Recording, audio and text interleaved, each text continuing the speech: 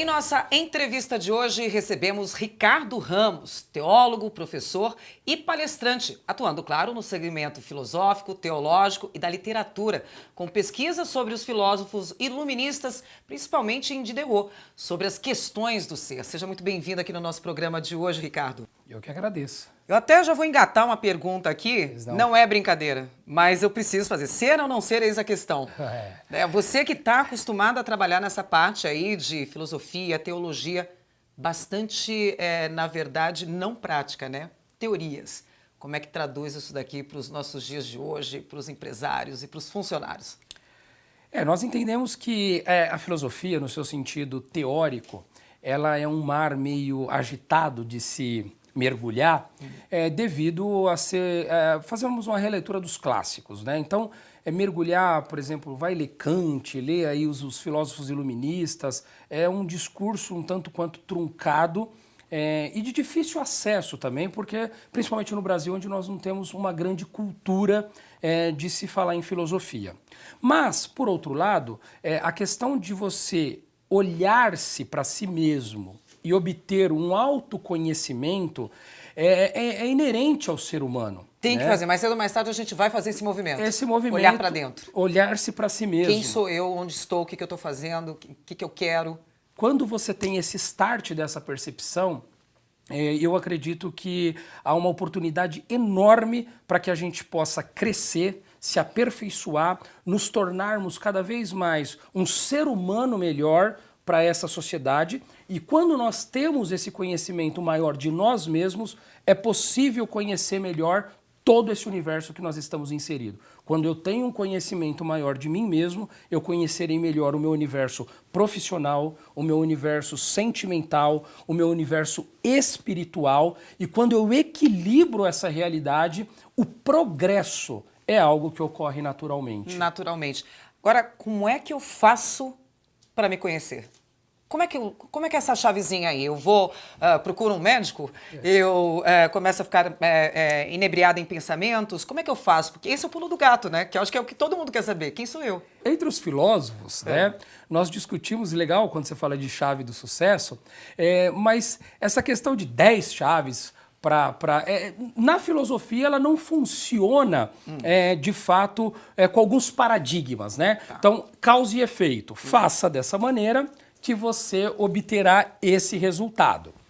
Essa seria ciência lindo isso. Seria lindo. Com certeza, essa ciência não é exata. Por quê? Porque cada ser humano é um universo diferente. Porque a gente está trabalhando com material humano, né? Agora, eu utilizaria o princípio socrático para isso. O Sócrates, ele trabalhava muito com o aspecto da dialética, que é um termo grego, e também da maiêutica, que é um outro termo grego. Traduz isso pra gente. Vamos traduzir. A maiêutica socrática e o termo, se nós fôssemos traduzir a palavra diretamente para hoje, daria parto. Né? A mãe de Sócrates era parteira e ele convivia com essa ideia de você partejar as coisas.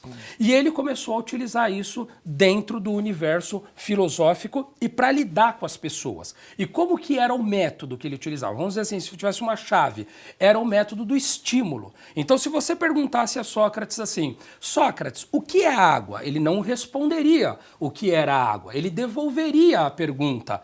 E na medida que ele estimulava o seu interlocutor, ele imaginava que o seu interlocutor poderia ter algo sobre a água que ele ainda desconhecia. E o interlocutor iria soltando os conhecimentos que estavam interno, dentro de si mesmo, e que ele mesmo desconhecia.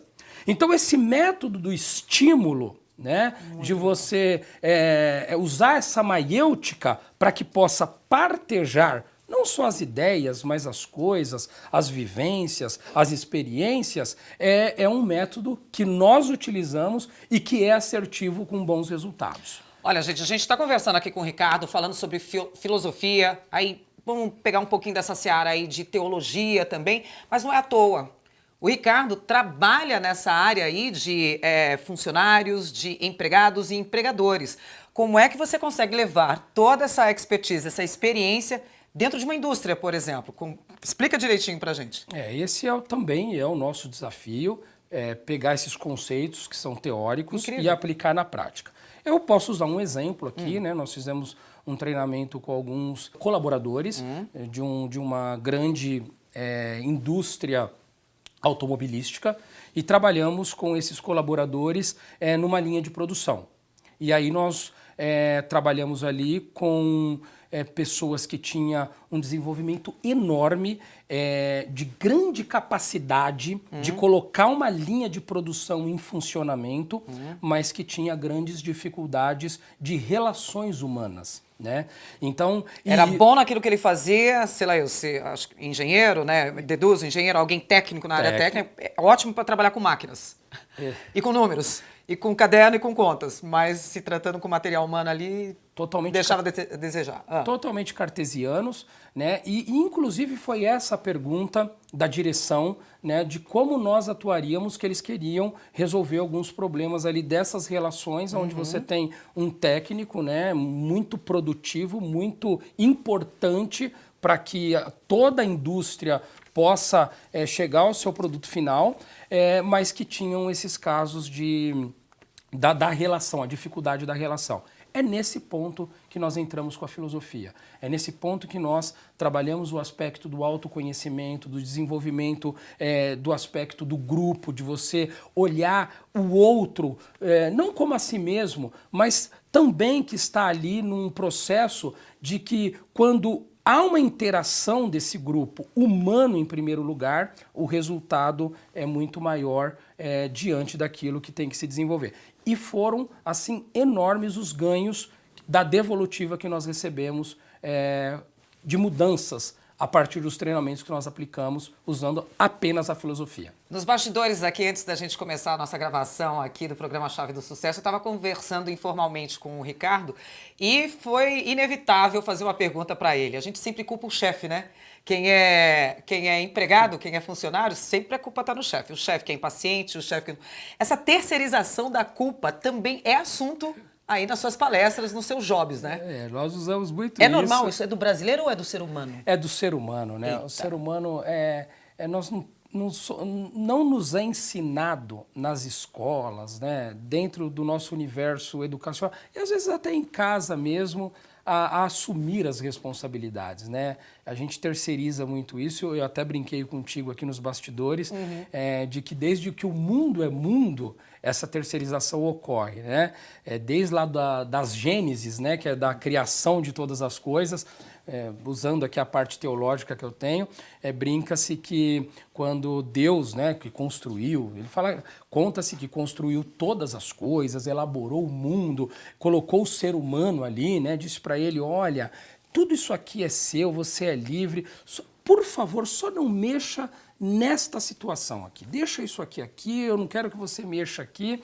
E aí ele vai lá e estraga tudo, né? Acaba mexendo no que é para mexer e Deus vai perguntar para ele, né? Por que você fez isso? Eu não disse a você que não era para mexer? E ele já terceiriza a culpa falando, mas foi a mulher que tu me deste, né? Foi a Eva que me incentivou a comer a maçã que era proibido. Já terceirizando a culpa. Terceirizou a culpa. Não tenho nada a ver com isso. E aí foi dela, né? Falou assim, então se foi ela, Eva, não era para você mexer, eu não disse isso. Falou, não, mas foi a serpente. A serpente veio aqui falar comigo e aí ela conversou e eu acabei que comendo da maçã também. Então, esse processo de terceirização, ele ocorre desde que o mundo é mundo, que o ser humano é ser humano, e a ideia é que dá para ter uma quebra disso daí? Aí que se entra na parte filosófica, que é a questão ética, né? A gente trabalhar com a ética, principalmente muitos filósofos discutiram, o Kant mesmo é um filósofo que trabalha muito o aspecto da ética humana, então nós vamos usar, é claro que é difícil, não dá para ler a metafísica dos costumes do Kant, né, e trabalhar isso. Então vamos pegar alguns pontos que ele desenvolveu de ética para a gente aplicar nessas empresas, nesses colaboradores que estão ali. E quando ele entende que é importante ser ético, né, que é importante reconhecer atos que são erros humanos e que ninguém está isento de um erro, de uma dificuldade, de um problema, e que ele vai sair muito maior dessa condição quando ele aceita e reconhece que errou e assume essas responsabilidades. Não sei se você vai ter essa resposta para mim, mas se você fala de ética e você é um teólogo, a ética está enraizada com pessoas que têm religião, com pessoas assim, ou não, isso não tem a ver. A ética é do ser humano ou não é do ser humano, enfim. Dá pra gente colocar isso no mercado de trabalho? Eu penso que dá, é possível, eu sou muito otimista quanto a isso. E a gente entende que essa questão ética, ela é intrínseca, sim, do ser humano. Hoje nós vivemos uma queda ética impressionante, né? Perdemos a mão. Perdemos a mão, precisamos retomar isso. Agora, a religião, ela tem uma grande capacidade para isso. Por quê? Peso, né? Porque eu digo assim, que se não fosse a religião, com todas as críticas que eu tenho, hoje, e por ser teólogo, por ter estudado muito sobre isso, eu ainda compreendo que ela é uma reguladora social. A ética, a religião, as pessoas têm medo, de verdade, de ir para o inferno. Então, quando você fala assim, toma cuidado, que senão você vai queimar lá no mármore do inferno. Exatamente. Então, você tem medo. Então, você vai tomar certas atitudes para que isso não aconteça. Agora, ela também é problemática, a religião. Aí é que tá, porque o ser humano está lá. Então, onde o ser humano está, ele é passível e capaz de reverter tudo aquilo que estaria a favor. Mas ainda assim, eu entendo que por esse medo, talvez nem por questões assim, eu vou ser ético porque eu tenho que ser ético. Não, eu vou ser ético, eu vou tomar certas atitudes éticas porque eu tenho medo. E o medo ainda é esse controlador que nos limita, né? Impõe alguns limites, porque o ser humano, como já diz o Hobbes, né? Ele é o lobo do homem. Ricardo, muitíssimo obrigado pela sua participação aqui, informações. E aí, a gente aprendeu no programa de hoje que sim, dá para colocar filosofia, teologia também no mercado de trabalho, até porque a gente está falando de seres humanos. Esse é um mercado movido por matérias-primas que são chamadas de seres humanos. E esse é a grande chave do sucesso, ou da dúvida, ou da certeza. Enfim, esse materialzinho humano chamado ser humano. Muito obrigada pela sua participação, Ricardo. Volte mais vezes aqui para conversar com a gente. Eu que agradeço, foi um prazer. Estarei sempre à disposição. Obrigada.